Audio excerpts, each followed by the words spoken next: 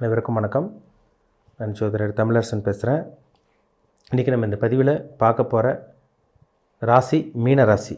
காலபுருஷ தத்துவப்படி 12ஆம் ராசி மீனராசி நேயர்களுக்கு இந்த வருடம் எப்படி இருக்குன்னு நம்ம பார்க்க போகிறோம்.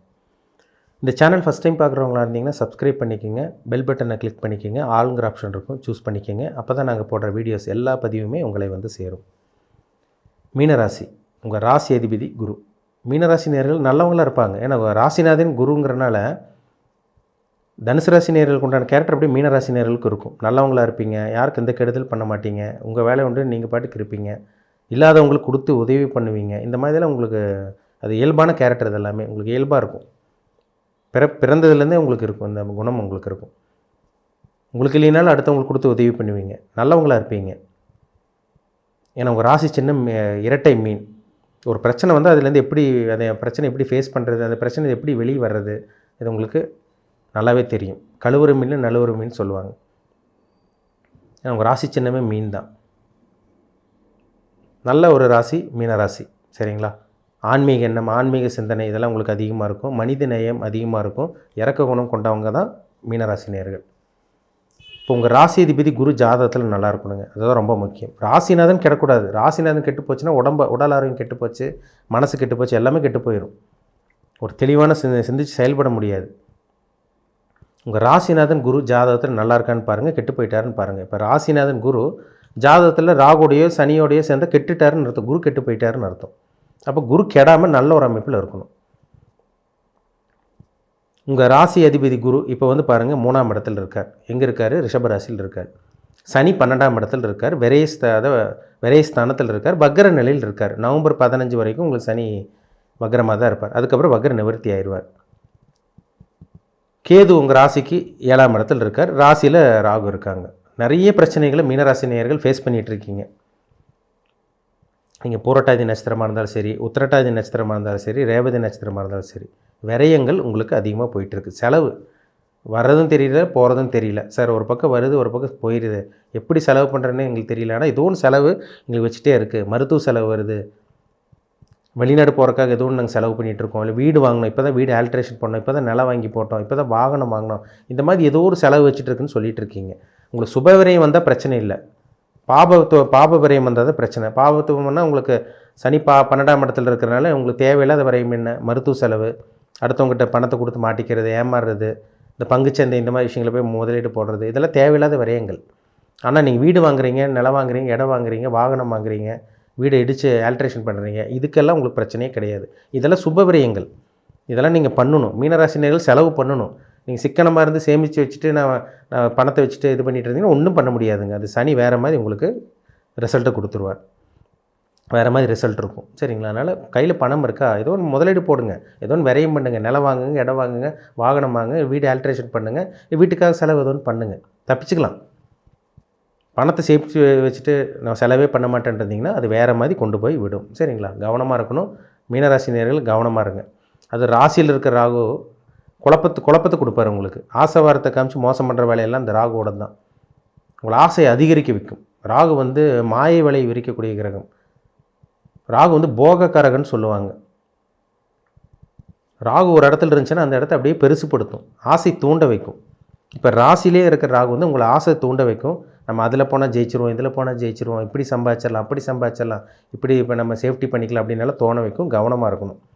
யாரையும் நம்பி பணத்தை போட்டு முதலீடு போட்டு ஏமாறக்கூடாது. ஏன்னா ராசிக்கு எல்ல கேது இருக்கிறனால கூட்டு தொழில் விஷயத்துலலாம் கொஞ்சம் கவனமாக இருக்கணும். இருந்தாலும் குருவோட பார்வை இருக்கிறனால சமாளிக்க முடியும் உங்களால். ஆனால் ராசிக்கு 12 இருக்க சனி தேவையில்லாத விரயங்களை ஏற்படுத்தி கொடுத்துருவார். ராசியில் இருக்கிறாங்க உடல் ஆரோக்கியத்தில் கவனமாக இருங்க. பொதுவாகவே மீனராசினியர்கள் வண்டி வாகனத்தில் கவனமாக இருக்கணும், உடல் ஆரோக்கியத்தில் கவனமாக இருக்கணும். யாரையும் நம்பக்கூடாது. புதுசாக பழகிறவங்ககிட்ட ஜாக்கிரதையாக இருக்கணும். மற்றபடி இந்த காலகட்டங்களில் நீங்கள் வீடு வாங்கலாம், நிலம் வாங்கலாம், அதுக்குண்டான செலவு நீங்கள் தாராளமாக பண்ணலாம், தப்பே கிடையாது. ராசிக்கு 7ஆம் இடத்துல கேது உங்களுக்கு தடங்கல் பண்ணிகிட்டு இருந்திருப்பார். கல்யாணம் ஆகாமல் இருந்திருக்கும், நிறைய பேத்துக்கு பிரச்சனை இருந்திருக்கும். இப்போ வந்து குரு பார்வை இருக்கிறனால திருமணம் ஆகாமல் இருக்கவங்களுக்கு திருமணம் பண்ணலாம். அது உங்கள் சுப விரயங்கள் தான். கணவன் மனைவிக்குள்ளே சின்ன சின்ன பிரச்சனை வந்தால் கூட அந்த குரு பார்வை பிரச்சனை வரும், அதுக்கப்புறம் சமாளிக்க முடியும் உங்களால். கூட்டு தொழில் பண்ணிகிட்டு இருக்கவங்க கொஞ்சம் கவனமாக இருங்க. அவங்களுக்கும் சின்ன சின்ன மனக்கசப்பு, மனக்கருத்து வேறுபாடு எல்லாம் வரும். இருந்தாலும் குருவோட பார்வை வந்துக்கிறனால உங்களால் சமாளிக்க முடியும். பிரச்சனை இருக்கும், ஆனால் உங்களால் சமாளிக்க முடியும். 9ஆம் இடத்தை குரு பார்க்குறார்.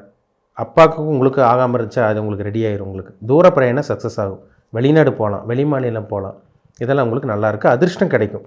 சில நல்ல விஷயங்கள் இந்த கெட்ட விஷயத்தில் இந்த செலவு அப்படி இப்படின்னாலும் பிரச்சனைலாம் போயிட்டுருக்கு பார்த்தீங்களா, அதையும் மீறி உங்களுக்கு அதிர்ஷ்டமும் உங்களுக்கு கிடைக்கும். அது உங்களுக்கு நல்லாயிருக்கும் உங்களுக்கு. இதெல்லாம் நான் உங்களுக்கு நடக்கக்கூடிய இந்த மாதிரி விஷயங்கள் தான் உங்களுக்கு நடந்துகிட்ருக்கு உங்களுக்கு. பொதுவாகவே மீனராசி நேயர்கள் வந்து பாருங்கள், செலவு தாங்க, செலவு மேலே செலவாக போயிட்டுருக்கு. பணத்தை சேஃப்டி பண்ண முடியலைங்க சார், நிம்மதியாக இருக்க முடியல, வேலை இல்லை, வேலை போனாலும் எங்களுக்கு ஏதோ ஒன்று தோணிகிட்டே இருக்குது, ஏதோ ஒரு குழப்பம் ஏற்பட்டுகிட்டே இருக்குது, நாங்கள் என்ன பண்ணுறதுனே தெரியல, 2023 ஆரம்பிச்சதுலேருந்து எங்களுக்கு பிரச்சனை தான். இந்த மாதிரி நிறைய பேர் சொல்லிகிட்டு இருக்கீங்க. அதுக்கு காரணம் 7.5 சனி தான். 7.5 சனினால தான். 7.5 சனி ஒருத்தருக்கு உள்ள வந்துட்டாலே பிரச்சனை கொடுக்கும். சனியோட இயல்பே அதுதான், சனியோட கேரக்டரே அதுதான்.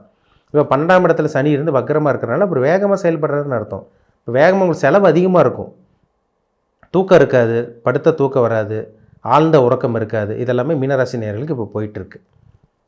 அதனால் கவனமாக இருங்க, சரிங்களா? என்ன தசாபுத்தி போயிட்டுருக்கு, உங்கள் வயசு என்ன, உங்கள் ஏஜ் என்ன, இனிமேல் என்ன அனுபவிப்பீங்க, நீங்கள் எதை அனுபவிக்க பிறந்திருக்கீங்க, உங்கள் கர்மா என்ன, நல்ல கர்மாவில் பிறந்திருக்கீங்களா, கெட்ட கர்மாவில் பிறந்திருக்கீங்களா? ஏன்னா ஒவ்வொருத்தருக்கும் நட்சத்திரத்துக்கு உண்டான கேரக்டர் இருக்குது. இப்போ பூரட்டாதி நட்சத்திரக்காரங்களாம் ஆன்மீக வழிபாடு, ஆன்மீக சிந்தனை இருக்கும், நல்லவங்களாக இருப்பீங்க மீனராசி நேயர்கள். பூரட்டாதி நட்சத்திரக்காரங்களாம் சாமி நம்பிக்கை அதிகமாக இருக்கும், நல்ல குணம், அடுத்தவங்களுக்கு உதவி செய்கிறது, தானம் தர்மம் பண்ணுறது, அடுத்தவங்களுக்கு கெடுதலே பண்ண மாட்டீங்க. உத்திரட்டாதி நட்சத்திரம் வந்து பார்த்திங்கன்னா உங்களுக்கு சனியோட நட்சத்திரம். கரெக்டாக நடந்துக்குவீங்க, கட் அண்ட் ரைட்டாக இருப்பீங்க, நீங்கள் உண்டு உங்கள் வேலையுண்டு இருப்பீங்க. உத்திரட்டாதி நட்சத்திரக்காரங்க வந்து பார்த்திங்கன்னா கரெக்டாக நடந்துக்குவாங்க, அவங்களுக்கு ஆன்மீக எண்ணங்களெல்லாம் இருக்கும், சரிங்களா? ஒரு சில பேர் உத்திரட்டாதி நட்சத்திரக்காரங்க கொஞ்சம் குழப்பவாதியாக கூட இருப்பாங்க, என்ன பண்ணுறது ஏது பண்ணுறது தெரியாமல் இருப்பாங்க. ரேவதி நட்சத்திரக்காரங்க வந்து பார்த்திங்கன்னா ஷார்ப் மைண்டாக இருப்பாங்க, புத்திசாலியாக இருப்பாங்க, தன்னம்பிக்கை உங்களுக்கு அதிகமாக இருக்கும், செல்ஃப் கான்ஃபிடென்ட் அதிகமாக இருக்கும்.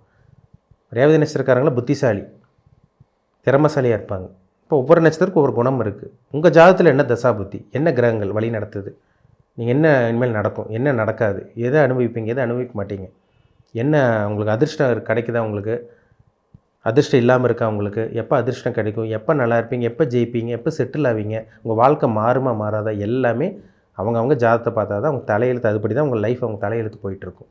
உங்கள் பிறப்பு ஜாதகம், உங்கள் தனிப்பட்ட ஜாதகம் பார்க்கணுன்னு விருப்பப்பட்டீங்கன்னா கீழே இருக்க வாட்ஸ்அப் நம்பருக்கு உங்கள் ஜாதகத்தை அனுப்பிச்சி விடுங்க, அப்பாயின்மெண்ட் வாங்கிக்கோங்க. உங்கள் சுய ஜாதகத்தை பார்த்து நம்ம அக்யூரேட்டாக எல்லாமே தெளிவாக பார்த்து நம்ம எல்லாமே தெளிவாக தெரிஞ்சுக்கலாம், சரிங்களா? உங்கள் தலையெழுத்து, உங்கள் விதி எப்படி போயிட்டுருக்கு எல்லாமே பார்த்து தெளிவாக அக்யூரேட்டாக தெரிஞ்சுக்குவோம். மீண்டும் அடுத்த பதிவில் சந்திப்போம். உங்களிடமிருந்து விடைபெறுவது உங்கள் ஜோதிடர் தமிழரசன். இந்த சேனல் பிடிச்சிருந்தால் உங்கள் நண்பருக்கும் உறவினருக்கும் ஷேர் பண்ணுங்கள், லைக் பண்ணுங்கள், சப்ஸ்கிரைப் பண்ணுங்கள், பெல் பட்டனை கிளிக் பண்ணிக்கோங்க, ஆளுங்கிற ஆப்ஷன் இருக்கும், அதை சூஸ் பண்ணிக்கோங்க. அப்போ தான் நாங்கள் போடுற பதிவுகள் எல்லாமே உங்களை வந்து சேரும். நன்றி, வணக்கம்.